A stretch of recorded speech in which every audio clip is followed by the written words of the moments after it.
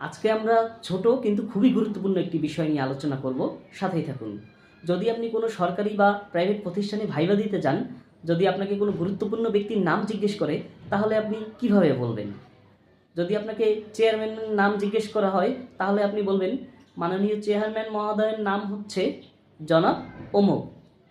আর তেমনি যদি আপনি সরকারি চাকরির ভাইভা দিতে যান এবং আপনাকে যদি কোনো গুরুত্বপূর্ণ ব্যক্তি যেমন প্রতিমন্ত্রী, মন্ত্রী বা প্রধানমন্ত্রীর নাম জিজ্ঞেস করা হয়, তখন আপনি কিভাবে উত্তর দিবেন? উত্তর দিবেন, ধরুন আপনাকে জিজ্ঞেস করা হলো প্রধানমন্ত্রীর নাম কি?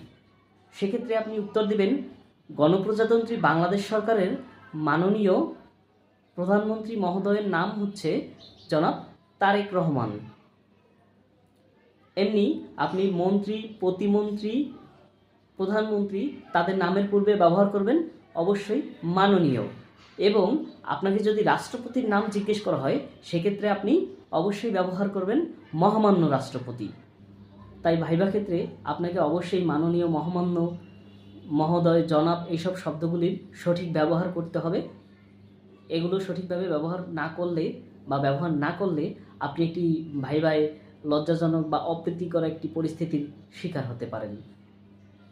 তো এইসব আরও গুরুত্বপূর্ণ তথ্য জানতে চ্যানেলটি সাবস্ক্রাইব করুন, ফলো করুন, লাইক, কমেন্ট, শেয়ার করুন। ধন্যবাদ।